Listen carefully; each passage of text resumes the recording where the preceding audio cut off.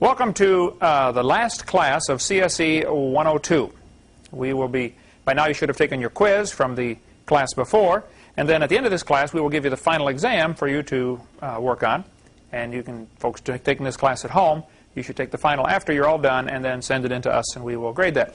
We're going to finish some more things. We began last week about lies in the textbooks. We covered a little bit about Hitler and his philosophy, Mein Kampf, his book that he wrote, which means My Struggle. And in this book, Hitler shows his racism over and over and over, and his strong belief in evolution.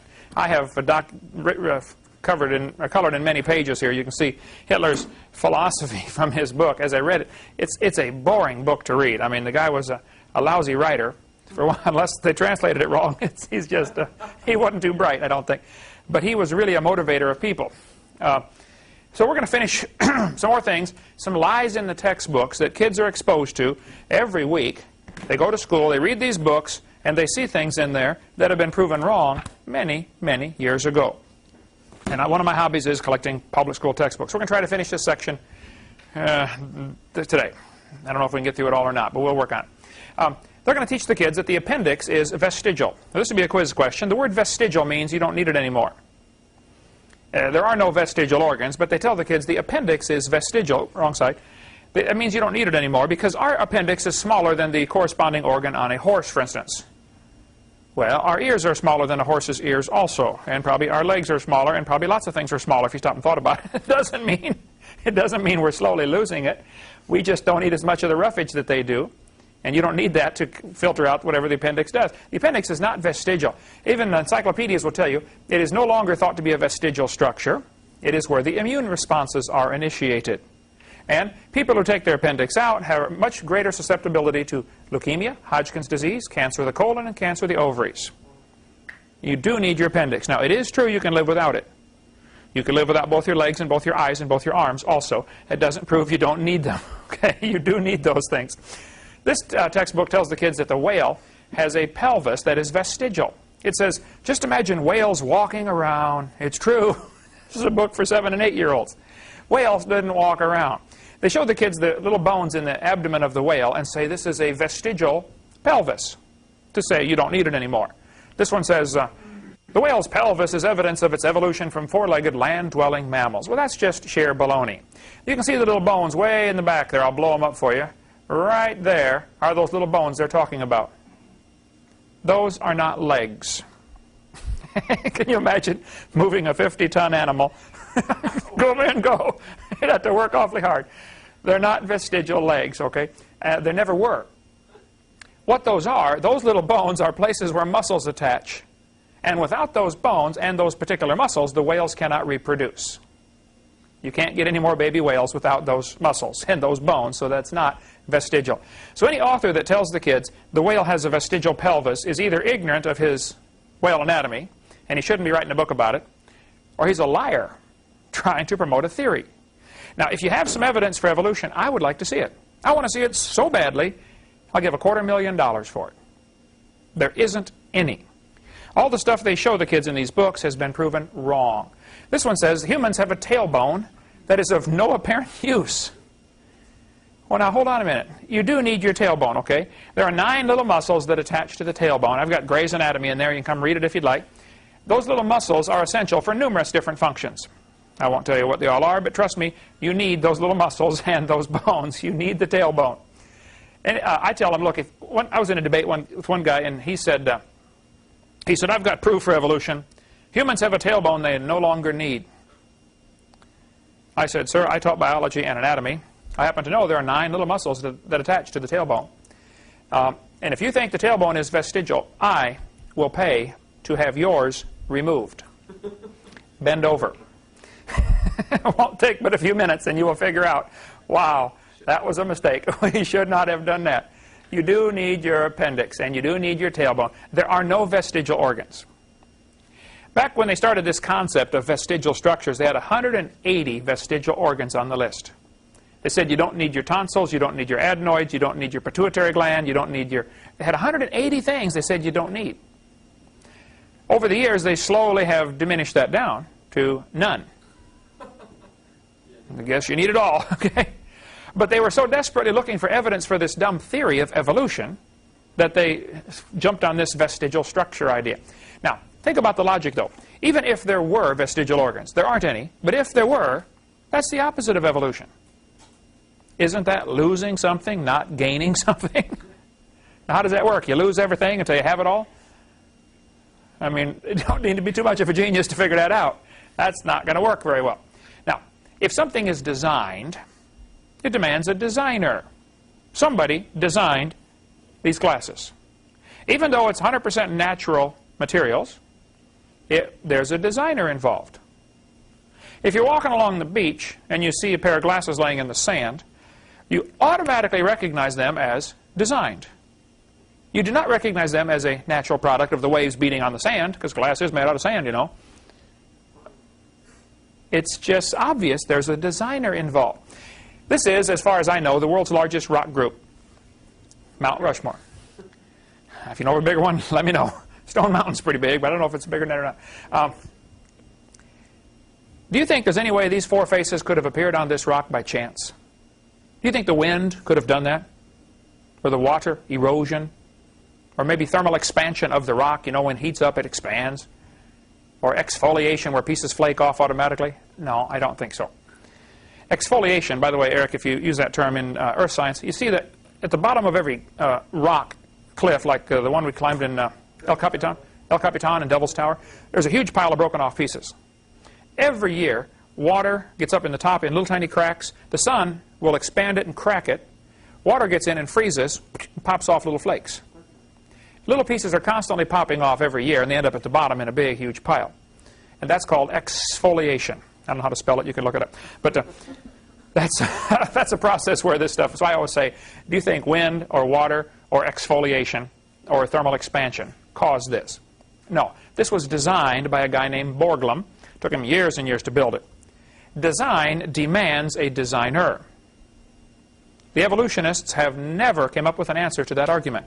They try awfully hard, but they've never been able to answer the simple question, if something is designed, why don't you think there's a designer?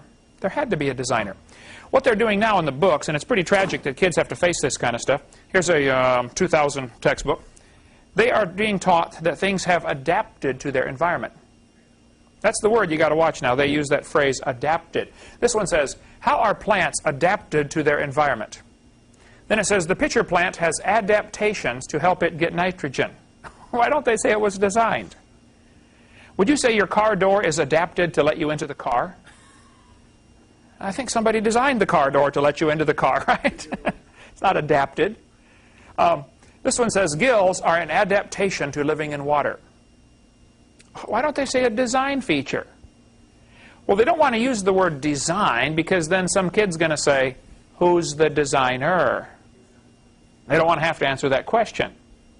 Now think about this. If gills are adapted, if fish have adapted gills to live in the water, how did they live before they adapted the gills? You say, oh, they didn't live. None of them lived. For millions of years, they all died. That's real brilliant, right? I always say I'd like to have, I got a few people I'd love to throw in the lake and keep them down there for a few million years and see if they... Sure, toss them in, see if they can adapt some gills real quick. Yeah, sure, I've met a few like that. When you have a complex structure like a watch, I have a Casio Databank stopwatch. It holds 300 phone numbers. It is a calculator. It's a stopwatch. It's an alarm clock. It's a countdown timer. It does not tell time. You have to look at it. But this is an amazing machine. This is made of 100% natural products. There's nothing supernatural about this. There is not a little man inside here running around changing the numbers on the face of the screen. It all works by simple electronics and mathematics and chemistry and physics. There's nothing supernatural about this.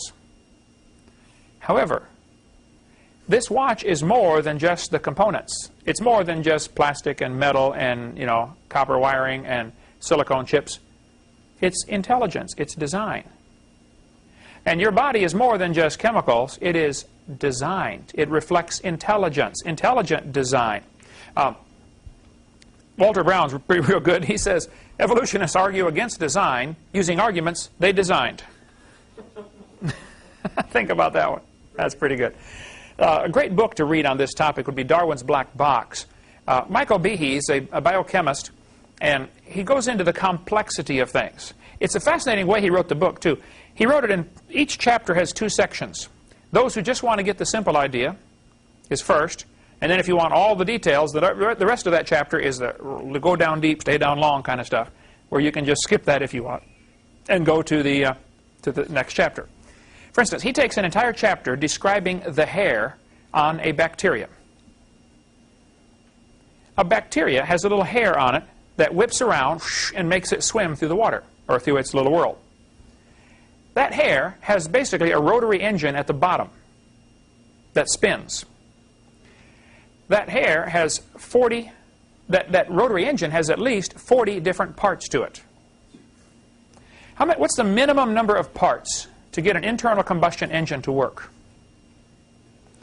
You have to have a piston, you have to have a connecting rod, a crankshaft, a wrist pin, something to hold the explosion, a head, valves to let it in, valves to let the exhaust out, a spark to set it off, some kind of electrical system. I would say if you look at a little tiny remote control airplane engine, for instance, very small, very simple, 1 cylinder. Doesn't even have the valves. It just has a port. Piston goes down, sucks gas in, squeezes it, throws it out, sucks in new gas. So you've eliminated the valves. Okay. What is the minimum number of parts you could get to have an internal combustion engine work? I don't know what it is, but it's probably around 100. Minimum number of parts. If you remove any one of those parts, it stops working. In Behe's book, he talks about the mousetrap as an example. There are 5 parts that are required. If you take away one of those parts, it doesn't catch the mice. It doesn't work. And he challenges people, would you please try to design a mousetrap that has a spring, a hammer mechanism to hit the mouse, a latch mechanism to hold it back, a platform to nail it to, and staples to hold it down. He says this is called irreducible complexity. It has 5 parts. They all depend upon each other. You cannot take any one away without it ceasing to work. One atheist wrote him a letter and said, "You're so dumb, I can reduce it to 4 parts. I can nail all those pieces to the floor." Well, duh, you just enlarged your platform is all you did. You didn't take away the platform. They get pretty desperate. The idea of complex things that you can't reduce it anymore, it just simply stops working. Now, how many parts on your car have to be there to make it work? Lots, right?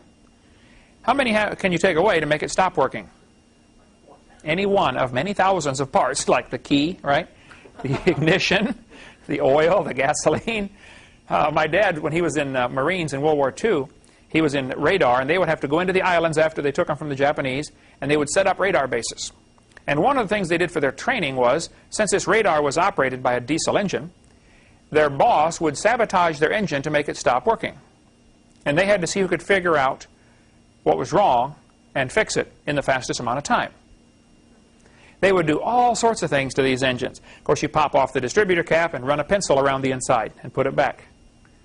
Pencil lead is graphite, which conducts electricity. And the spark goes to all cylinders all the time. Well, it doesn't run. He said the toughest one he ever had to find, they took a needle, took 2 spark plug wires, they were touching each other, poked the needle through, and clipped it off and roughed up the rubber. So when it sent the spark to one, it sent it to 2 cylinders. And it ran terrible. And it took them a long time to figure out why. It was a little tiny needle stuck between 2 spark plug wires. And there are so many things you can do for cars. When people get married, you know, you run the coil wire up weave it through the fabric of the seat, in the driver's seat. You know, when they hit the key, they get 20,000 volts in the gluteus maximus. We better not teach you guys all that stuff. Anyway, when they let go of the key, though, it stops. And they wonder, what's going on here? But this little, excuse me, this little motor on this hair on this bacteria has at least 40 parts. If you take any one away, it stops working. So how did the individual parts evolve? And how did the bacteria know when it had 35 parts? Man, if I can just get 5 more, this thing's going to start working. How did it know?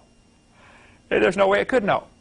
It's irreducibly complex. By the way, that little bacterium motor is so tiny, 8 million of them, of these motors, would fit in the cross-section of a human hair. Take a hair, cut it, the circle, 8 million of those motors would fit on there. Pretty tiny. And it whips around 100,000 RPM. Does anything we have today do that? I mean, we can't. 100,000 RPM, I don't know. I'm sure there are some things we have, you know, jet engines, turbines and stuff will go that fast. But like your Suzuki Katana 600 had what, red line of 10,000? That's true. Yeah. 12. 12,000 RPM? 8 or 9 times faster. And this big. And it goes around so efficiently, it moves its little bacteria through the water, the equivalent of a person swimming 60 miles an hour. Now you get a real serious problem. As an object gets smaller and smaller, the fluid that it swims in feels thicker and thicker to that object. It's almost like you swimming through peanut butter. 60 miles an hour. One breath? I don't know about the breath part. Anyway, well, if that little bacteria can swim 60 miles an hour through its little tiny world, which has extremely high, what's called viscosity. Viscosity would be a good quiz question to ask. Viscosity is the thickness of the water.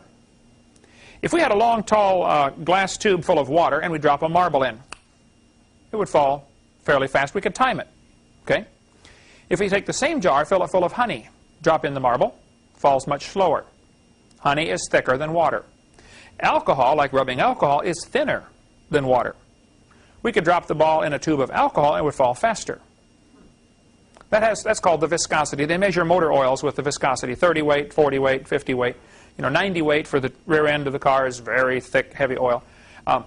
The thickness of the liquid is called the viscosity. There's probably a more technical term, the resistance to flow or the resistance to movement or something. But this little bacteria has to overcome incredible viscosity problems. And he moves. I mean, I swam a mile one time in Boy Scouts in about 30 minutes. What's that? How many miles per hour is that? 2 miles per hour.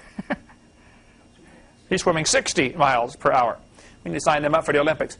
And yet the textbook says we evolved from bacteria. Well, they're lots better off than we are. We're getting worse, not better. Charlie Darwin said in his book, to suppose that the eye could have been formed by natural selection seems, I freely confess, absurd. Absurd. This is crazy. How can this happen? Even Darwin recognized this is a crazy idea because the eyeball is so complicated. And you go back again to the idea that design demands a designer. Charles Darwin said to many folks, you know, the eyeball confuses me more than anything. He said, I think this will be the undoing of my theory. This will be what proves my theory wrong.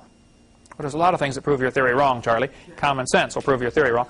But this textbook says the complex structure of the human eye may be the product of millions of years of evolution.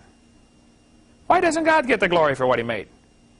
Why do we all have to pay for the kids to be taught that eyeballs evolved when there's no possible way it can be happen and there's no evidence that it happened? So what are they going to do to the kids in this textbook? What they're going to do, they're going to arrange eyeballs of different types of animals in some kind of order from what they think is simple to what they think is complex. Some eye spots on different creatures only sense light. They're just a little sensitive patch. It just tells if it's light or dark. That's all they can tell. Okay. Some have extremely good vision, like the eagle can read the newspaper at the other end of the football field, if he could read and he cared what's going on. But he has incredible vision. So they have arranged these eyeballs in order, and look what they tell the kids right here. You can better understand how the eye might have evolved if you can picture. If you picture a series of changes during the evolution of the eye. In other words, you have to imagine it. See, boys and girls, we'll arrange them in order. Can't you imagine how it could happen? Evolution only takes place in the imagination. Never takes place in reality.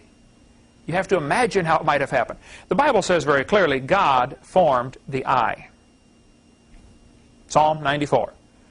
I think God ought to get the glory. Did you know on the back of your eyeball is what's called the retina, the backside that receives the light. That retina has 137 million light-sensitive cells in 1 square inch. How would you like to be the electrician to wire up 137 million connections in 1 square inch? Remember the boxes we wired up for the duplication system? You know, trying to get in there, little wires together. I remember as a kid, my dad got me a kit to build a ham radio. shortwave radio to transmit. It's a transmitter. And boy, all those little connections in there. And now they've miniaturized it much smaller.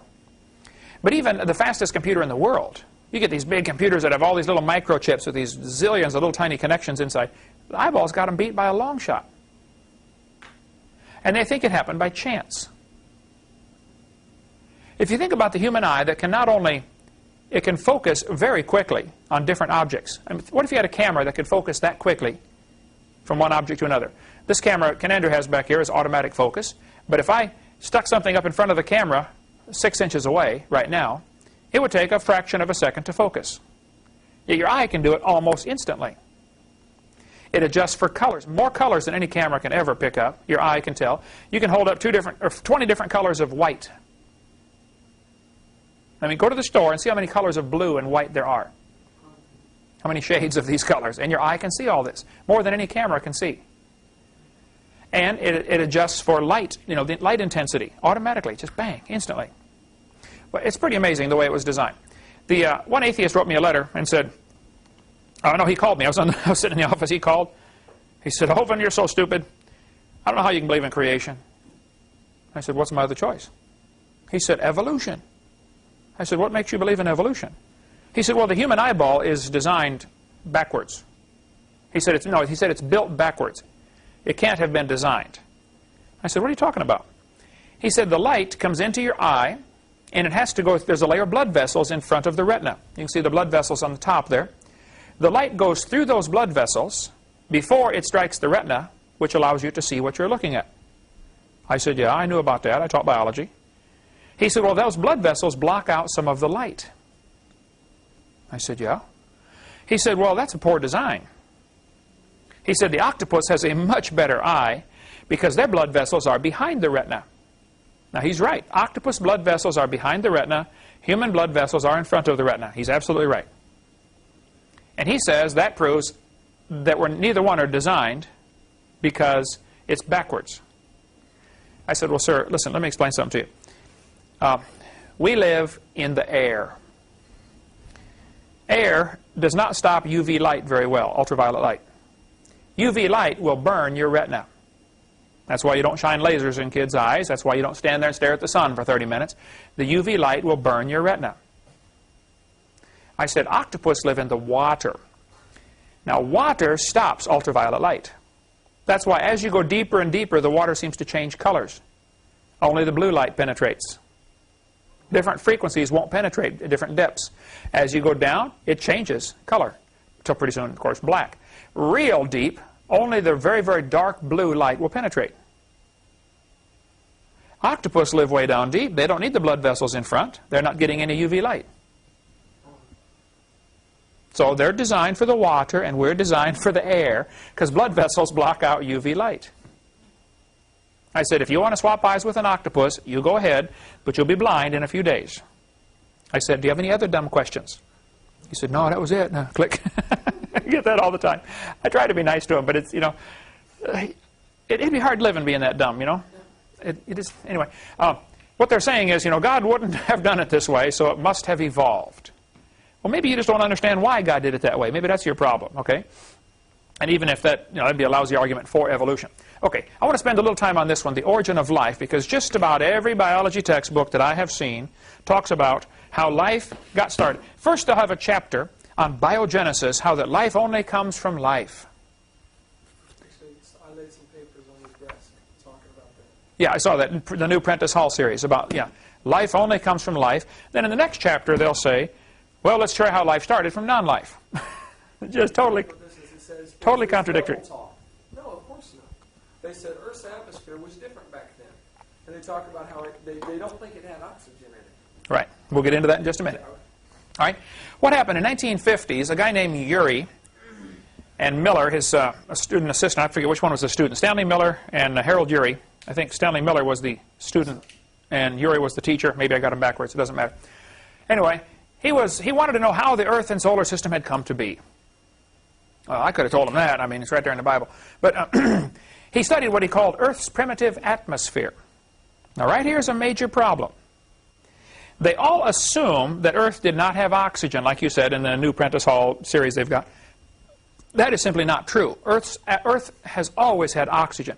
Even if the dumb geologic column were true, the oldest layers of Earth, the ones on the bottom, are highly oxidized. You know, you drive through Georgia, the ground's all red. That's oxidation. That's iron ore in the dirt. Iron, when it rusts, turns kind of a reddish color. Iron oxide. Well, the oldest layers, by their twisted thinking, are still filled with iron oxide. Actually, more than we have today. Probably 30% oxygen. Today, we only have 20%. Well, so this business of Earth's primitive atmosphere is baloney to begin with. But what he did is he took these gases that he thought were in Earth's primitive atmosphere, and he mixed them together in his experiment. This textbook says, swirling in the waters of the oceans is a bubbling broth of complex chemicals. Progress from a complex chemical soup to a living organism is very slow. Oh, it's totally stopped. Doesn't happen at all. Never happens. This author said in Encyclopedia, he said, origin of species, not addressed in 1859 and is still a mystery in 1998. Both the origin of life and the origin of major groups of animals remains unknown. How did life get started anyway? Well, what he did, he took these glass tubes and flasks and stuff, and he circulated gases through all these things, and he had a spark that would go off in this chamber. The spark was supposed to simulate lightning strikes. And he says, see, if you had the Earth full of this kind of atmosphere and lightning kept striking, it would supply the energy to unite these molecules. Well, let's just look at this now. What he did, oh, hang on a second. Pass through a little bit. Here's his picture of what he did right here from Glencoe Biology, which I have on the floor right there. He took methane, ammonia, water vapor, and hydrogen. No oxygen. He didn't want any oxygen in there because then you have what's called, there are two kinds of atmospheres. Oxidizing, which is what we're breathing right now, and oxygen will oxidize a lot of things. Cut an apple open, set it out for an hour, it'll oxidize and turn brown.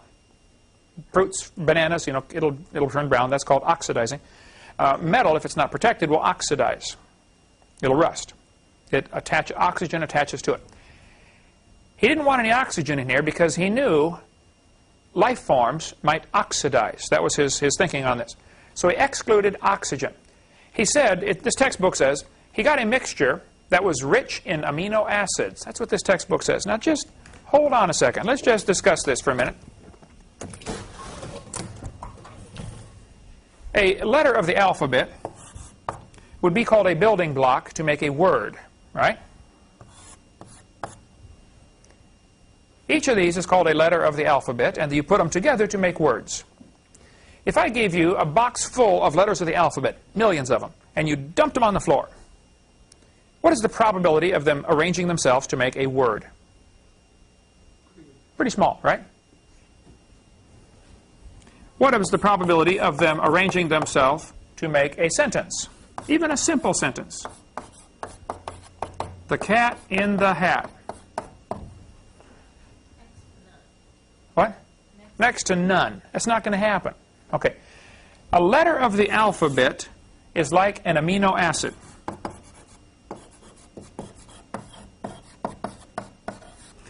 It takes a whole bunch of these put together just right. Oh, one M. I taught science, not spelling, okay? Amino acid. It takes a whole bunch of these to make a sentence. A bunch of amino acids in the right order will make what is called a protein. So you have to have a bunch of amino acids in the proper order to make a protein. Now you got to have millions of proteins to make a cell. That's kind of the stages. This is like a letter of the alphabet. This is like a paragraph. And this is like a book. He was able to make a few amino acids. Oh, that's good. And they jumped to the conclusion, wow, he made life. Well, how far is a letter of the alphabet away from a book in complexity? Long ways, right? The substance was not rich in amino acids. Here's what he did. He didn't come close to making life. He excluded oxygen because he knew life cannot evolve with oxygen present.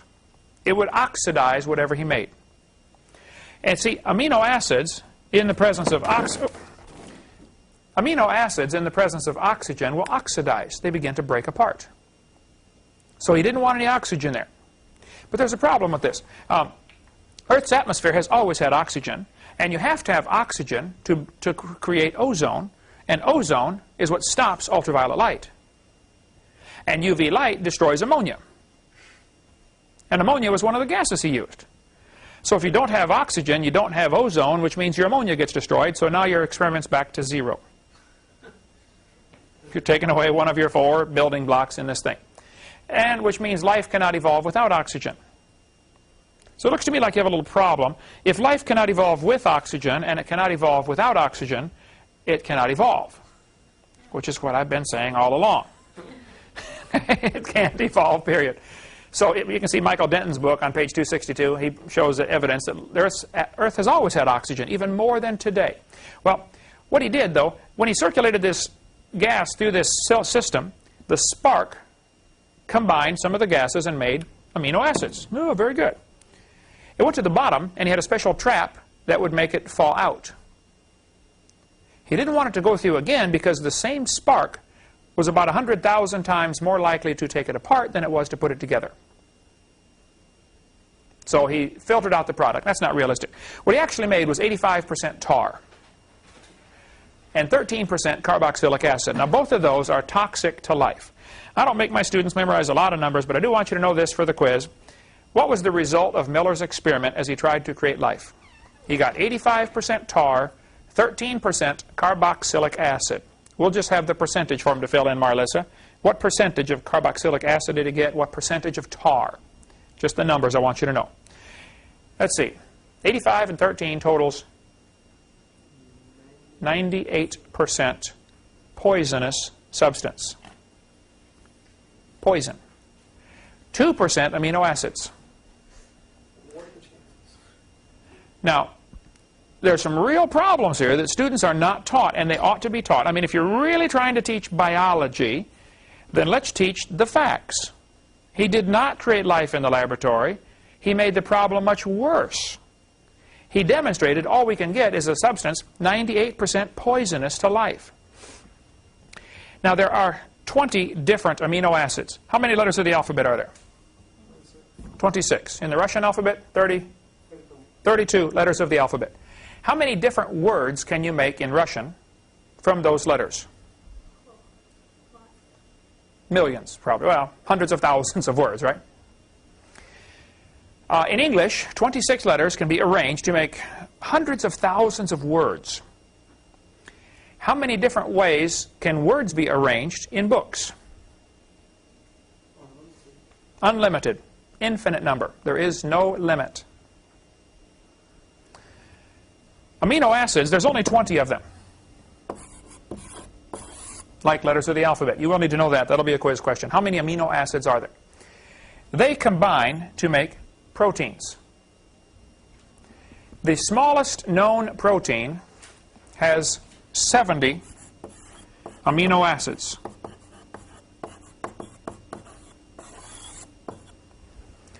This is the smallest known protein with 70 amino acids. Think of a paragraph that has 70 letters in it. The quick brown fox jumps over the lazy dog. Okay, that sentence contains all the letters of the English alphabet. The quick brown fox jumps over the lazy dog. And that probably only has about 40, 50 letters, okay? If I gave you a box full of all the letters of the alphabet, I told you I want you to dump them on the floor until you get that sentence. Just by random chance. You'll never get it, will you? The problem really gets compounded when you figure the fact that letters of the alphabet have to be facing the right way. Amino acids are right-handed and left-handed. It's called chirality. You cannot put your right hand into a left glove. They look very similar. It's called a mirror image, though. It won't fit. These amino acids are mirror images of each other. Some right-handed, some left-handed. That's what he got. That won't work to create life, though. We'll show you that right after the break. Let's take a little break here, and we'll show you more about making life in the laboratory. No, he did not make life, didn't even get close. Coming up after the break. Let's finish up this with this subject of making life in the laboratory. What he was able to make was 2% amino acids. Half of them were right-handed, half were left-handed. It's like a left-handed bolt and a right and left-handed nuts and bolts, you know. You just can't put them together. The threads go the wrong way. Or right-handed gloves and go on your left hand. This is called the chirality. C-H-I-R-A-L-I-T-Y, I believe is the spelling. Chirality means the spin or the twist of the molecule. Each one is twisted a little bit. And in order for them to fit, it has to be all the same kind. Only right-handed ones will link together to make a chain, or only left-handed ones. But you cannot mix them. Now, if you drop letters of the alphabet on the floor, half of them will be upside down, backwards. Now, in America, if your letter R lands upside down, you cannot use it. In Russia, you can use it, right? But not in America. And so, some of the letters are okay if they're upside down. T, no problem. A, no problem. C, this is problem. This cannot be backwards. This is not a letter of the alphabet. Okay? So he ended up with half right-handed, half left-handed. Now the problem with this is the smallest proteins have 70 to 100 of these amino acids in a precise order and all left-handed. The DNA or the RNA molecules in your body are all right-handed. What are nucleotides? The DNA, deoxyribonucleic acid, the small parts inside the nucleus of the cell. There's a zillion different parts. I've got a book I want you to look at just on the cell. One cell is more complex than the city of New York. To supply New York City, how many things come in, how many things go out, how much movement is there within the city to keep things running smoothly? Unbelievable, right? One cell is more complicated than that. Stuff comes in, moves around within the cell, has to be transported back and forth. The book, Darwin's Black Box, deals with that subject very well. That's an excellent book to read. Okay, so here Miller and Urey have a problem. They have several problems. They excluded oxygen, which won't work. They trapped out the product so it wouldn't go through again, which destroys the whole experiment. And half what he made was right-handed, half was left-handed. These are at least 3 of the problems with his experiment. And hundreds of amino acids must be made. And amino acids must combine to form a protein. And proteins, when they're in water, will come apart faster than they go together. They're more likely to dissolve than they are to bond together. And most people have recognized that the oceans are completely full of water. No doubt about it, all the way to the bottom. And he wanted this thing to take place in the oceans with lightning striking. Well, you got a problem because your little molecules, once you get 4 or 5 of them to combine, they break apart. And you got to get 100 of them to make one protein, and then you got to get a bunch of proteins to make a cell. And then who's this cell going to marry? There's some real serious problems here. Brownian motion is named after a guy named Brownian. If you take a glass of water and put in 1 drop of red food coloring, very gently set the drop in there, what will happen eventually? It'll spread out. That's called Brownian motion. 1 drop of perfume in this room, Brownian motion is the molecules are bumping into each other. And just because all the molecules are bumping, it'll gradually spread it out. So Brownian motion is going to drive his amino acids away from each other. It's not going to put them together. You would have to get so many of these amino acids in this ocean to get them to even find each other. It's not going to happen. There's a couple of good websites about this that deal with this topic, but they somehow get this idea, you know, if we just get all the molecules together and add energy, it'll make life. I say, okay, well, let's do an experiment. Let's put a frog in a blender and turn it on. In a few minutes, you will have frog nog, and you will have all of the molecules required to make a frog in one place. Now, we're going to add energy to this blender. We're going to hook it up to a turbine engine and run at 40 zillion RPM. We're going to nuke it and microwave it and hook up jumper cables and zap it. Anything you want to do, I don't care. You do anything you want. How long will it take to reassemble the frog? Wow. Never going to happen, is it? Millions and millions of years. If it does happen, how does life come? Yeah, even if you get it together, he's dead. Good point. There's a lot of frogs out there That are dead.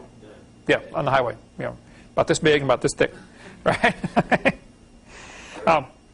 So somehow, there's more to life than just the arrangement of the molecules. You know, an airplane is made up of millions of parts that cannot fly.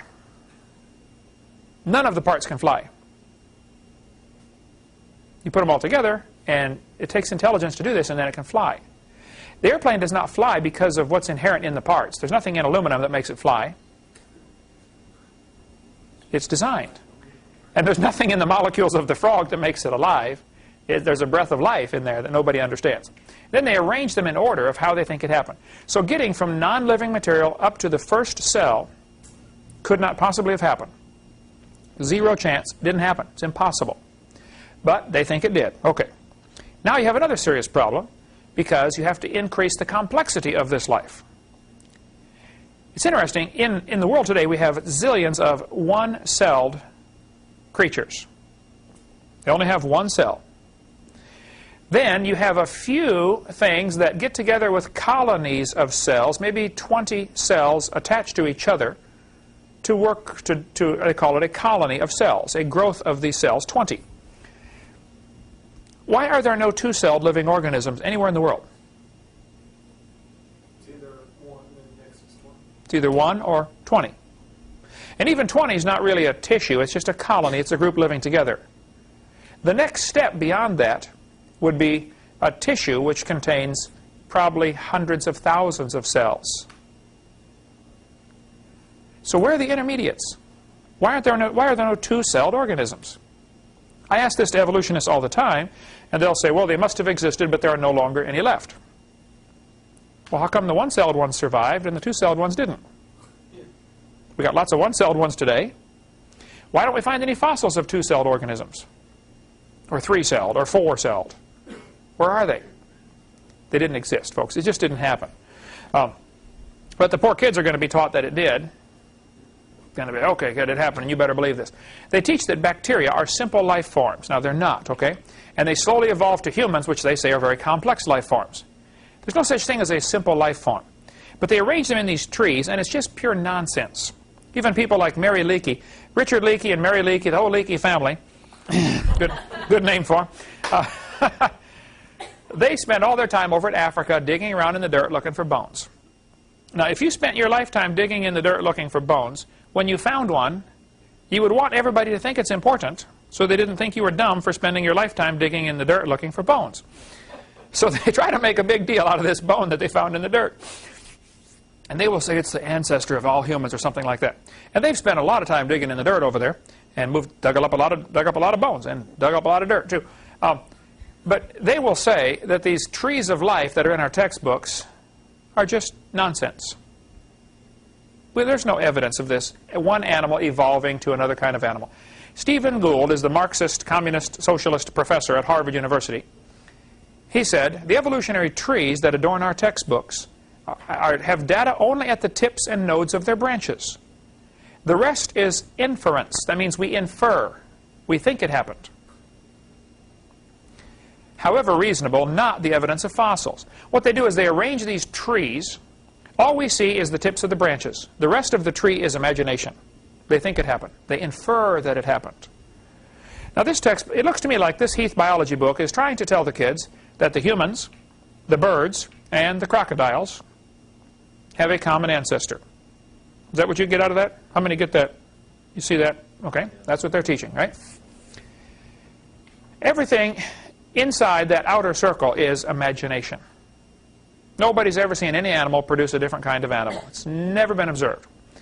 And of course that teaching will destroy the faith of children who believe that. And it's sad that so many kids go to school and they're taught this kind of stuff and they end up going home with their faith in the scriptures destroyed because of a book that you and I paid for. Miller Levine, one of the worst as far as teaching evolution, Every year it changes, and it's having a race who can be the worst. You know, they had the worst one time. This one, Glencoe Biology 94 edition, says all the many forms of life on Earth today are descended from a common ancestor. That's, of course, somebody's imagination. He says this is found in a population of, now watch this, primitive unicellular organisms.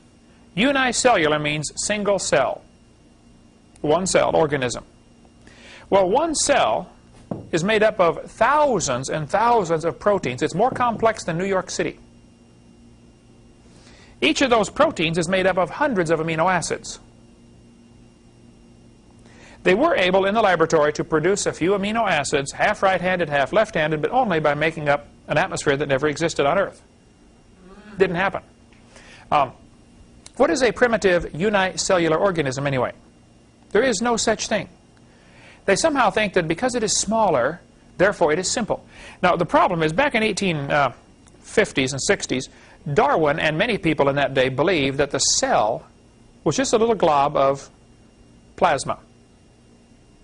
They thought it was like a little bag of jelly. That's all it is. They just had microscopes that could see the cells, but they couldn't see anything inside them. They couldn't tell much about them. They just thought, oh, it's a little glob of jelly, and your body's made up of millions of these all stuck together. So they thought the cell was a simple little bag of jelly. The more we've studied the cell now in the last 100 years, the more we've realized it is unbelievably complex. And the deeper you get into it, the more you realize each of the parts that are in there are incredibly complex. It's like you're walking into a shop full of tools. All of those tools is designed to do something. And you look at each tool, and it has a bunch of parts to it, okay? Incredibly complex. A paramecium is a single-celled organism. You can put thousands of these into one drop of water. Real tiny. But each one is more complex than a space shuttle. Smaller is not simpler. Here's a microchip inside a paperclip. Pretty small microchip. This ant is holding a microchip. That little microchip can process every letter of the Bible 200 times in 1 second. 200 times per second through the entire Bible. I think the Bible has like 750,000 words. I don't remember how many letters. 31,000 verses or something like that. And it can go through every letter 200 times in 1 second. That chip is pretty small, wouldn't you say? Smaller is not simpler. Smaller is more complex. I use the illustration of comparing the Cray computer. Now, there's now a faster computer than the YPMC 90, but at the time, the YPMC 90 was Cray's fastest computer. The Cray computer is huge. The brain of a honeybee is very tiny. The Cray computer does 6 billion calculations per second. They now have them faster than that. The honeybee's brain is estimated to do 1,000 billion calculations per second. Now think about what's going on in that honeybee's brain. He's flying along. Bzzz. That little tiny brain is keeping his heart beating, right? Keeping oxygen flowing through his body. How complicated is it to fly? He has to control the wings. Every muscle that attaches to his wings has to be told to contract, relax, contract, relax, thousands of times. And if he wants to turn left, he has to tilt the wings. Ask any pilot, go sit in an airplane sometimes. See how complicated it is to fly. That little brain is controlling all of that. At the same time, it is keeping track of every cell in his body to decide which one needs more oxygen. Am I getting too hot? Do I need to open up, to let some of the heat off? Like your body, you sweat when you get hot, you shiver when you get cold. Your body is controlling all that automatically. You don't think about it. It just does it automatically. At the same time, that bee is digesting the food that he ate. His brain is controlling that. And he's navigating by the magnetic field of the Earth. And he's figuring out where to go find some nectar to make some honey to go back to the hive. Right. And they take the hive, I've heard people say that raise bees, the bee can fly around and they're so precise in their navigation. They will fly out to the flower, bzzz, get the nectar, fly back. On the way back, the beekeeper will move the hive over 1 inch. They will come and bump into where the hole used to be. Bang. Take them a minute to figure out, oh, the hole's over here, and move over. I saw one, this guy took a wasp. This wasp had stung a grasshopper and killed it, and he was dragging it back to the hole to put in the ground for it to feed the kids. The wasp is programmed to check the hole to make sure nobody went in there while I was gone. He sets the grasshopper down, he walks over, looks in the hole, comes back to get the grasshopper and drags it down in.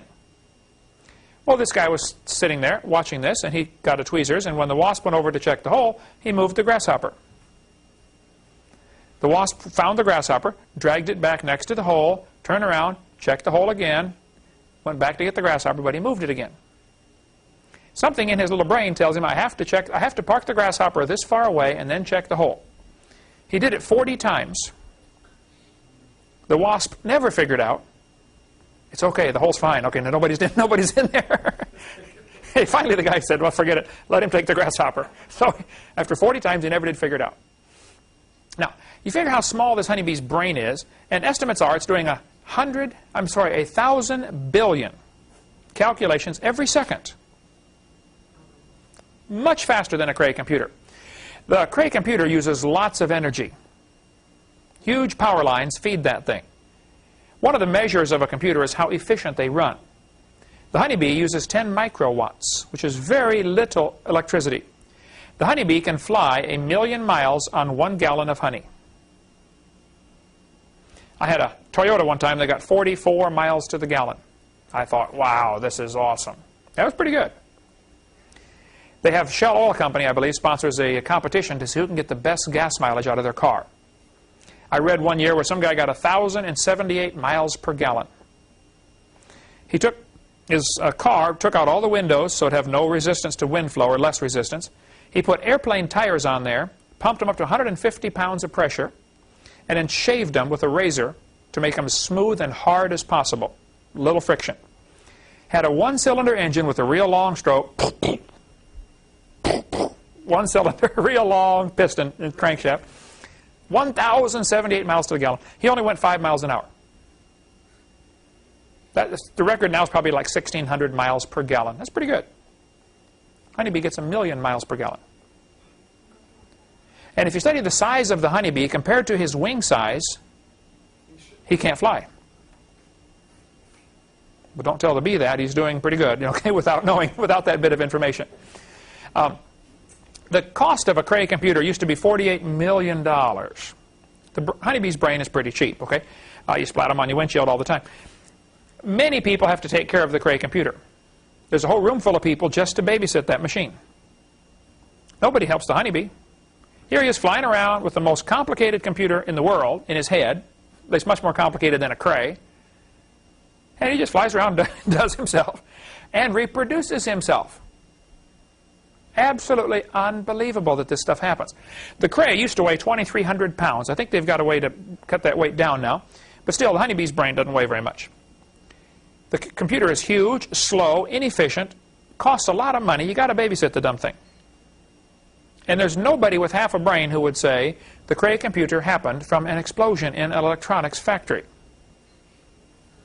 But these same guys turn right around and tell us the honeybee evolved. And the human brain is much more complicated than a honeybee's brain. The human brain is millions of times more complex than a honeybee. Did you know your brain weighs about 3 pounds? And there are more connections between the cells in your brain. Each brain cell is connected to a bunch of other brain cells. There are more connections in your brain than there are electrical connections in the entire world. How many wires have been hooked together? How many wires have you hooked together in your lifetime? Quite a few, right? Either solder them or crimp them or twist a wire nut on them. That's called a wire connection. All of the connections, including all the little connections, how many are in a computer? You got this machine comes down, makes 100 connections at once, in a computer circuit board. Figure all the connections in the world. Your brain has more than that. What is this chart for? This shows, on the bottom is the memory capacity. How much information can it store? Elephants can store a lot. For instance, the British Library is a huge library. It has a lot of information stored in there. Your brain is about the same. Maybe not yours. The average brain is... The average brain has more information than... the same information as the British Library, for instance. Now, going up the chart on the other side is the computational power. How many bits per second can it process? The British Library has a lot of information, but you couldn't get it all out of there very quickly. How long would it take you to read all those books? Long time. Okay. The human, the elephant, and the whale are up at the top of the chart, way past the Cray computer. Abacus. 1, 1. Yes, 1 and 1, right. And yet they think this evolved. I admire their faith, okay, but it's ill-founded, okay. One professor told me, we were in this debate one time, and I said, "Sir, do you believe your brain is just 3 pounds of chemicals that got together by chance over billions of years?" He said, "Yes, I do." I said, "Well, tell me, sir, how can you trust your thoughts and the conclusions you come to? Maybe you've got a chemical in there backwards." Yeah, he did, by the way. Human brain is unbelievably complex. Okay, DNA, we'll get into that next time. We'll take up our next class with DNA starting in CSE 103.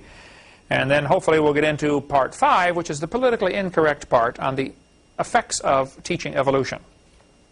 Communism, socialism, Marxism, we'll get into all that when we start up CSE 103.